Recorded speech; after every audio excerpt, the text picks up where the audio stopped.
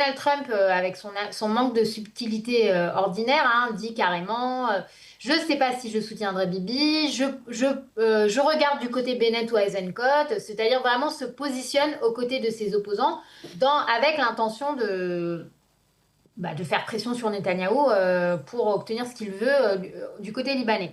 Or, j'ai tendance à penser que ce genre de choses, ça a un effet boomerang sur l'électeur israélien. C'est-à-dire que l'électeur israélien, vraiment, n'aime pas du tout cette stratégie de Trump. On a vu à quel point sa popularité a chuté à Trump auprès des Israéliens ces dernières semaines, parce qu'ils ne comprennent pas sa stratégie iranienne, et puis surtout, n'aime pas du tout avoir le sentiment d'être insulté par le président américain, tout président qu'il soit d'ailleurs.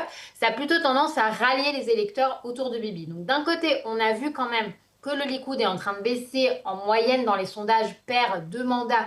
Après, elle les perd dans son propre bloc, hein, c'est-à-dire que c'est le sionisme religieux et force Hmm. juive d'Itamar Ben-Gvir qui les récupère, ces 2 mandats, donc ça passe pas à l'opposition.